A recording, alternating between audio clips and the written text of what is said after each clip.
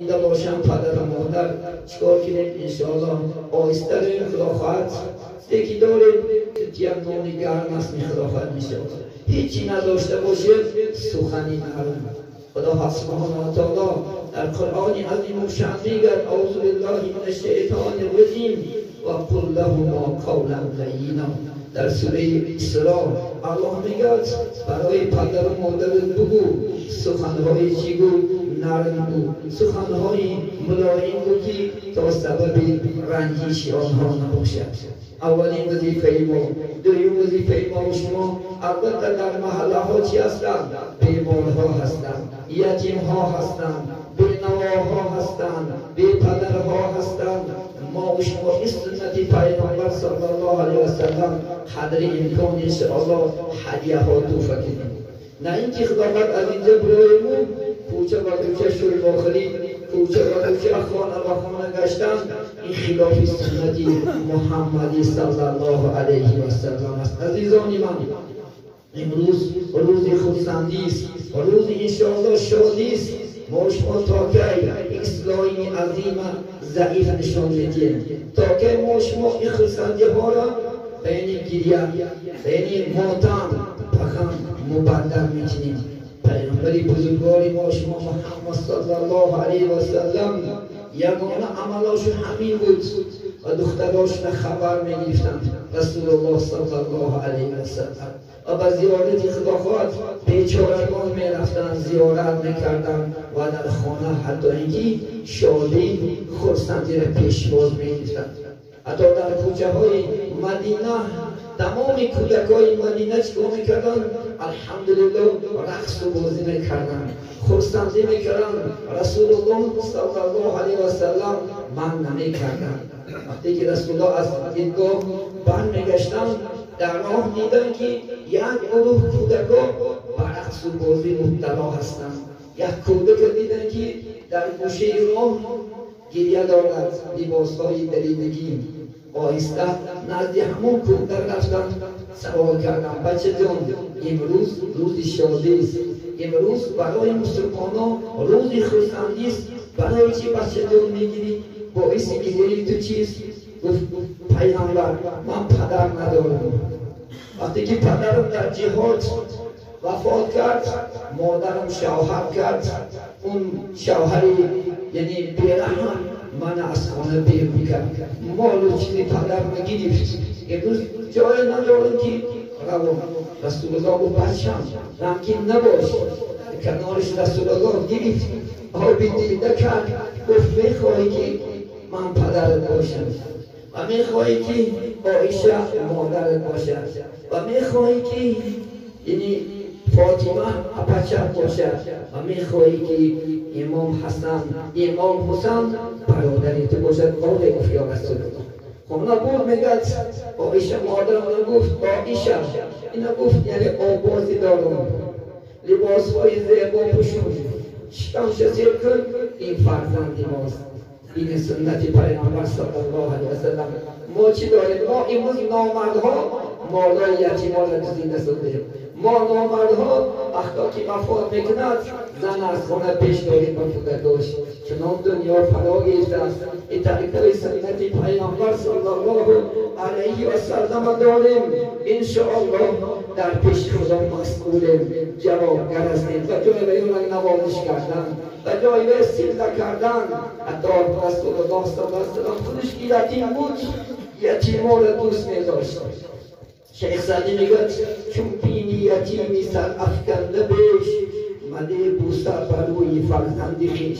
اگر مبادا بچه که در بغل باشه، یک یتیمه که بی پدر و بی مادر بر پیش می‌گذره، بچه یک در بوسه نکن تا که سبب رنجشی دیگه همون کودک نباشه. عزیزان من آگاه باشیم، خداوند انشاءالله آگاه باشیم و این کارها را نکنیم. امروز زنها را بسیار خوار کردیم. یک دو تا کودک دارد ما نفرت میکنیم از خانه داشتن. ما میگیم که چی؟ این کودکاش که میپره، این بچه که باشد. پیامبر بزرگوار صلی الله علیه و سلم اولین زنی که خدیجه بود دو فرزند داشت، بیوه بود. از خودش 15 سال کلانه رسول الله صلی الله علیه و سلم خانه‌دار شد. ام سلمه مادرمون رسول الله زن بلد روایت 11 زن دارد. ام سلمه مادرمون بچه ها کودکش رسول الله دیگه است. این سنتی پیامبر است. او کودک ها را خار نکنیم، او کودک ها را زار نکنیم. انشاءالله خداوند گیریم شو تربیتش کنیم انشاءالله خداوند بوایت رسولیم انشاءالله جنت جایی باشه. پیامبر بزرگ کسی که یا دختر دارد یا که 2 دختر دارد یا 3 دختر دارد و یا خشوع و کمال میرساند و یا صاحب حجاب میکند، صاحب نماز خوان میکند، دخترهای باشد و حیا میکند، جای او انسان جنت است. این عزیزان من خداوند انشاءالله این وظیفه ها را اجرا کنیم، این وظیفه ها را برپا کنیم انشاءالله در این روز خرسندی این ماتم از بین دفع کنیم. عزیزان من تا این روز مزار ندارد. شرمنده باید این مسلمانی که در این روز چپان میپوشه و کوچه و کوچه شد بخری میکنن. شرمنده باید برای اون مسلمانی که این روز زنش مزار و مزار میگردد. ما شما چنان پس رفتیم، چنان مسلمانی فقط زبانیه و زبان مسلمان لیکن انشاءالله مسلمانی نمید آن میکنی این خود یکم یعنی روز کافر آن نمیکنی تیاری میبینی نه این بود میمونی نه خدا خواهد گوسفند میمونی. من ندیدم که یک مسلمان از بازار یک گوسفند خریدار شده و گفته شد که سحر این است میکشم با آیلم انشاءالله خرسندی میکنم با آیلم شادی میکنم. شرمنده بودی که مسلمان ها نیست. ایدای کافر نیست، ایدی مسلمان ماتم، ایدی مسلمان ایدی غم. شیخ محمد صادق محمد یوسف خدا رحمتش کنه باشد یکی عالمان پیشوای ما و شما بود. کتابش مطالعه کردن در بابی عید حضرت گفتن این روز شادی است، روز خرسندی است، نه روز ماتم است. اگر حضرت اشاره میکرد که نه این روز گریه است، این روز کوچه بخشی شلوغی است، کوچه بخشی و مزار گشتن است. میگفت ما عمل میکردیم صدها افسوس خبر نداریم. اسلام همچنان بازیچه میشماریم، اسلام همچنان مرده میشماریم. اسلام چیزی زنده است ابدالابد. الحمدلله این کار نکنی خداوند. عموما ترک روز من در روشور زمین اگر کلام مرده که یک خاندان میرفت یک چهارشانه میرده در اون یک خرار میخونده یا باش میرده شرمنده تو میتونه میشونه مخصوص آدم میرده.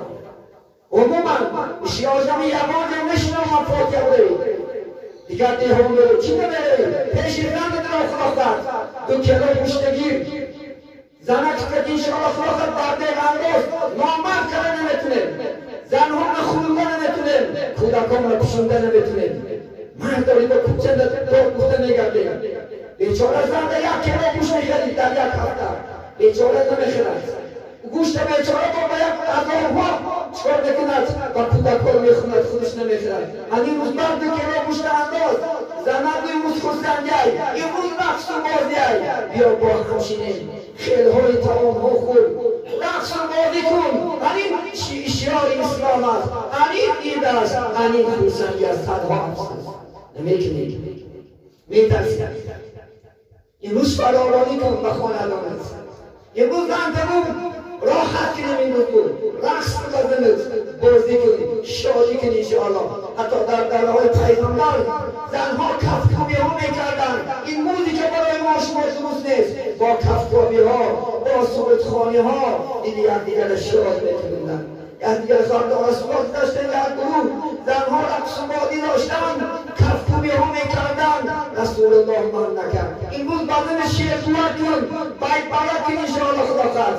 این سنتی رسول الله صلی الله علیه وسلم بجایی آبی دیده کرد و بجای کوچه بکشه شرمندوار تری مردم بکر رنگ دردر کرده شروع خورده نه.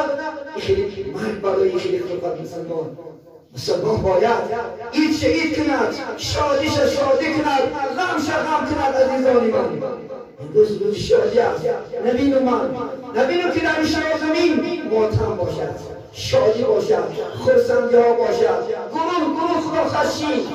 امروز یکدیگر را تبریک کن، یکدیگر را مبارکبادی کردن سنت رسول الله صلی الله علیه و سلم. عزیزان تمام دنیا را در زیر برو.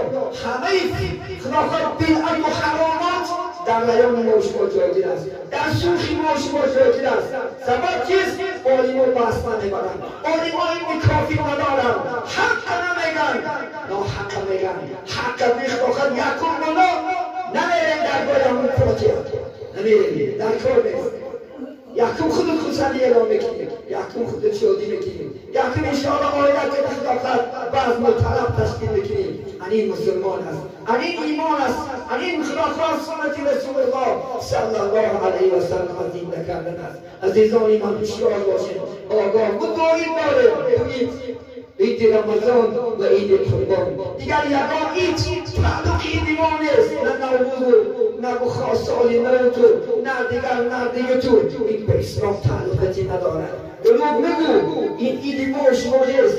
هر عید عید دنیاوی است، این عید مسلمانی نیست. عید مسلمانی این اخلاقات 70 روز بعد یکی بزرگ با عید قربان است.